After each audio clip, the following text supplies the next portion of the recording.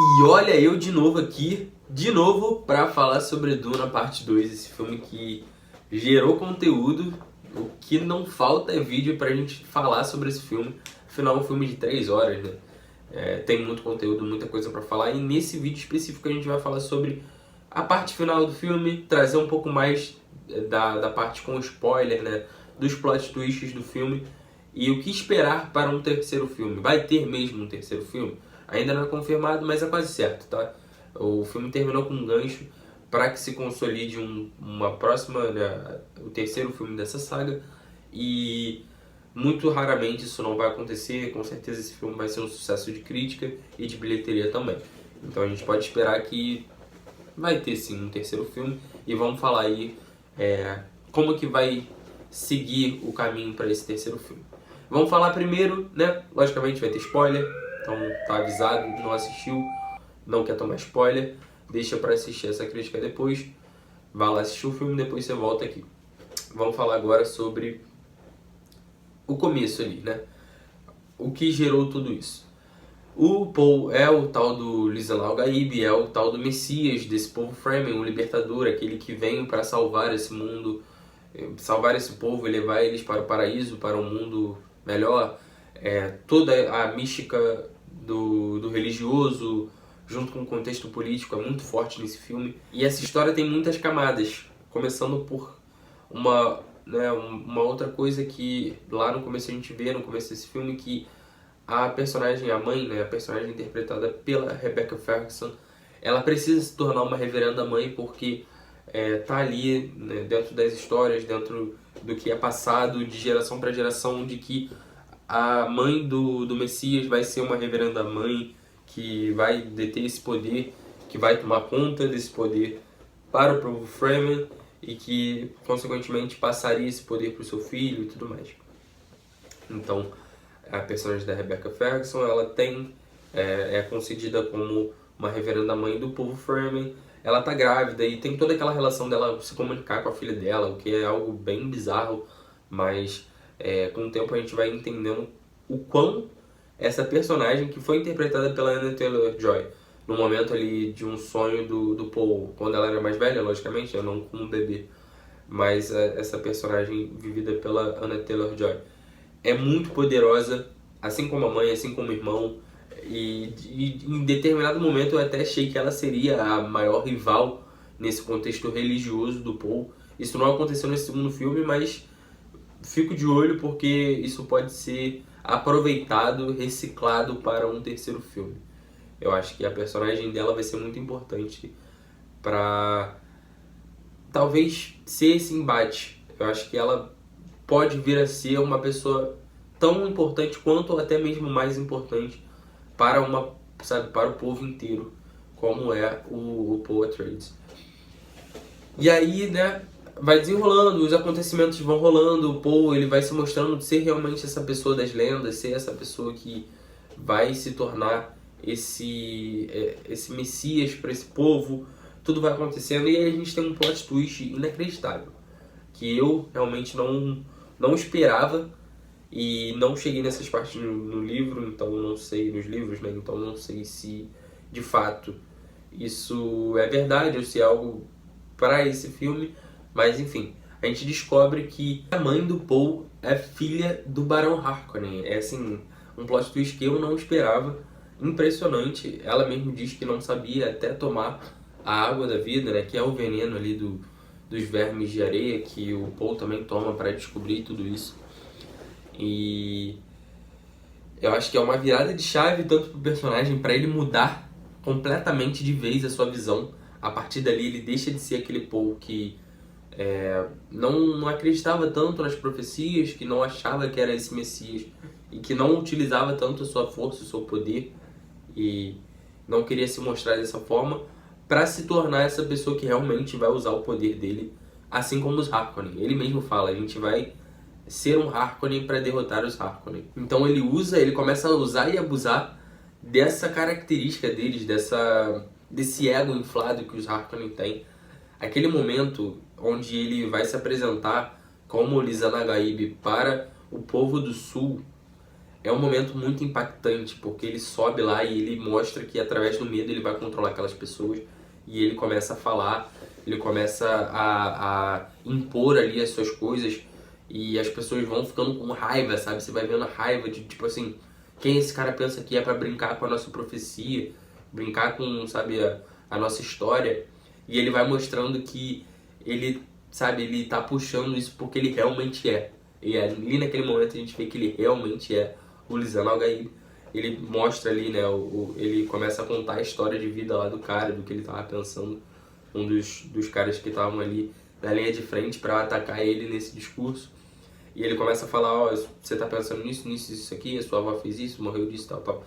E aí o cara desaba, fala, é ele, é o nosso profeta, é o nosso Messias. E aí todo mundo, sabe, cai e se ajoelha por ele também. A Shani é a única que não faz isso, porque ela realmente é muito contra todos esses aspectos religiosos de como ele controla uma massa, controla o povo dela, né, o povo Fremen, através desses contos religiosos. Então ela é claramente uma opositora de tudo isso e vai se manter fiel a isso até o final. Isso vai ser algo fundamental para o que vai acontecer, que eu já vou chegar lá. E aí, né, tem toda a batalha e tal. O Paul, ele consegue ganhar facilmente, ele com uma estratégia muito boa, politicamente de guerra, né? A política de guerra estratégica dele é muito boa, é muito eficaz. Ele usa isso muito bem. Consegue chegar lá na alta cúpula, mata o seu avô, né? Inclusive chamando ele de avô e matando ele. E aí ele aprisiona o imperador, vivido pelo Christopher Walken, sua filha, que é interpretada pela Florence Pugh, as reverendas mães, aprisiona todos eles, espera que as outras casas venham para ou declarar apoio, ou se não declarar apoio, ele acabar indo atrás e levando essa guerra contra essas casas também. E aí nesse momento, né, tem toda a questão do duelo, né, da disputa que pelo seu campeão. Isso é muito específico, já tinha acontecido isso no primeiro filme, né, quando o Paul e a sua mãe chegam lá no povo Fremen, e aí o James, ele é esse campeão do personagem interpretado pelo Javier Bardem, que é o líder dos povos Fremen ali daquela região norte, e acaba morrendo, né, pro Paul se tornar pertencente ao povo Fremen. E aí o campeão do Imperador é o Feyd Rautha, que é o interpretado pelo Austin Butler, que é o primo dele, né? Eles têm uma luta bem sangrenta ali. Parece em muitos momentos que o Feyd, ele mata o Paul, mas eles se esfaqueiam ali e no final o Paul sai vivo, eu não sei como, mas ele sobrevive e o primo dele é morto.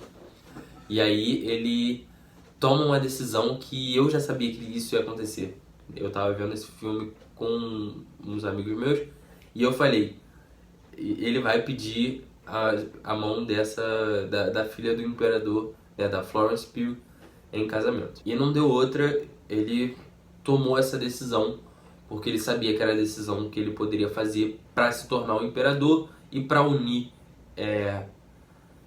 os seus poderes, né? Logicamente, a personagem da Florence Pugh, ela aceita de uma forma, né, meio... Ela sabia que ela precisaria tomar essa decisão, ela já sabia disso. Ela já tinha tido uma conversa com a reverenda mãe e sabia que isso ia acontecer, que era a única forma dela salvar o seu povo, então ela toma essa decisão para salvar o povo dela, salvar até o seu próprio pai e a sua própria pele, logicamente.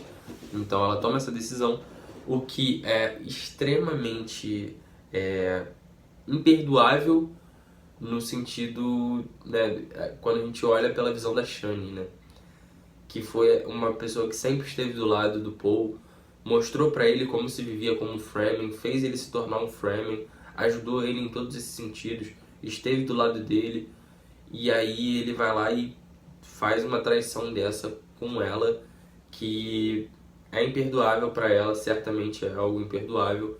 Ela não perdoa ele, ela já não perdoava por toda a maneira como ele estava tratando essa profecia e como ele realmente se tornou esse Messias e utilizava esse poder para comandar o povo dela. Não bastasse isso, ele ainda pede a mão de outra mulher em casamento na frente dela, na frente de todo mundo, né? E logicamente isso afeta muito a Shani. Ela não volta com eles, né? Porque o Paul, muito ao que tudo indica, ele vai levar toda a população Fremen para casa dele, para Atreides, que é o tal do paraíso, né? Para eles ali vai ser o paraíso, ou até mesmo, né, na capital do Império, que vai ser para onde ele vai ir, talvez. Não sei. Fica entre Atreides e a capital do Império. Não sei para onde que ele vai. Mas nos dois lugares vai ser o paraíso que ele vai, que ele prometeu ao seu povo. E de certa forma, ele ter casado com a princesa, né, a filha do imperador, mostra que ele se importa com o povo Fremen.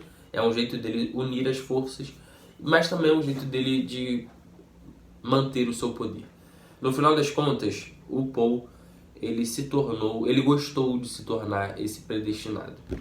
E fica muito claro que toda essa caminhada dele fez ele se tornar uma pessoa super arrogante, uma pessoa super autoconfiante, e ele se sente, hoje a gente pode falar, no final do filme, ele se sente o Lisan al-Gaib. Ele acha que ele realmente é o Lisan al-Gaib, por mais que ele sempre foi, mas antes ele era humilde. Mas depois ele incorporou esse fardo dele e tomando atitudes drásticas e ruins, né? De certo modo, muitas atitudes ruins que ele está tomando, outras boas, certamente, para um povo inteiro, por mais que ele possa não agradar uma ou outra pessoa, para o povo inteiro em si ele está sendo muito bom. Então, enfim. E é isso, acho que o que a gente pode esperar para um terceiro filme é a Guerra Santa, como a própria mãe dele, né, definiu ali numa conversa com a filha, perdão. A filha na barriga pergunta: e aí, mãe, o que aconteceu? E aí ela fala, agora vai dar início à Guerra Santa porque o Paul vai, junto com o povo Fremen, atacar as outras famílias, porque eles se opuseram à tomada de poder do Paul. Eles não concordaram com essa tomada de poder, e aí o Paul falou: ou vocês concordam, ou então a gente vai ter uma guerra. E é isso que vai acontecer. O terceiro filme certamente vai ser sobre isso, sobre essa Guerra Santa. Isso é ponto básico. Vamos lá. Futuro de alguns personagens. O Paul, ele pode acabar sendo... pode acabar tendo uma derrota trágica, talvez, nesse terceiro filme. Eu acredito que isso possa realmente acontecer de alguma forma. Esse caminho onde ele está levando, como a gente, né, já ouviu muitas vezes falarem, e realmente acontece, a soberba precede a queda. Então, muito possivelmente ele pode ter um arco não tão positivo. E eu não duvidaria nem um pouco disso, tá? De fato, eu acho que é bem capaz disso acontecer. A Shani, ela, pelo visto, foi a única ou uma das únicas Fremen que permaneceu lá em Arrakis, permaneceu no deserto. Ela não quis se juntar ao povo Fremen e ir em busca do próximo, do paraíso, né? Ela termina ali o filme chamando um verme de areia e subindo, montando nele pra fugir dali e ir pra sei lá onde. Então, ela, cara, muito compreensível essa atitude dela, porque eu acho que ela não conseguiria viver no mesmo ambiente que o Paul Atreides, não no mesmo ambiente, mas assim, viver num ambiente onde ele controla aquilo tudo, por mais que, primeiro ponto, por ela já não gostar desse controle que ele tinha, sendo esse profeta, e principalmente por ter pedido a mão de outra mulher em casamento e certamente vai se casar com ela. Então eles não vão ter a consagração do relacionamento deles, então certamente ela tem todos os motivos para permanecer em Arrakis. E a outra personagem que a gente pode falar que provavelmente vai ter um destaque muito grande nesse possível filme é a personagem da Anya Taylor-Joy, a irmã do Paul, que pra mim, em muitos momentos eu vi como, assim, parecia que a mãe, ela estava preparando um futuro onde o Paul ia dominar aquilo ali para que a filha dela fosse a sucessora daquilo. Eu acho que dentro dessas profecias, eu acho que a personagem da Anya Taylor-Joy vai ter uma importância gigantesca. Eu não sei como, isso é puro feeling, tá? Isso é puro feeling assistindo o filme, mas me deu a impressão de que realmente tudo que a reverenda mãe estava fazendo era uma manipulação para que o Paul assumisse aquele status, aquele lugar, e de certa forma a filha dela vai herdar aquilo ali, seja pelas visões dele, né? Em muitos momentos as visões do Paul parecia que ele estava tendo uma disputa com a mãe, e talvez essa disputa seja caracterizada pelo poder da sua irmã, né? Da filha da mãe dele. Não sei, são puras especulações. Bom, gente, acho que é isso. Consegui falar aqui sobre as partes mais importantes desse filme, né? O plot twist. Muito obrigado a quem ficou até o final. Deixa o likezão aí pra apoiar o canal, ajudar esse vídeo a ser transmitido pra outras pessoas. Um beijão, tamo junto. Até o próximo vídeo, hein? Te vejo lá. Tamo junto.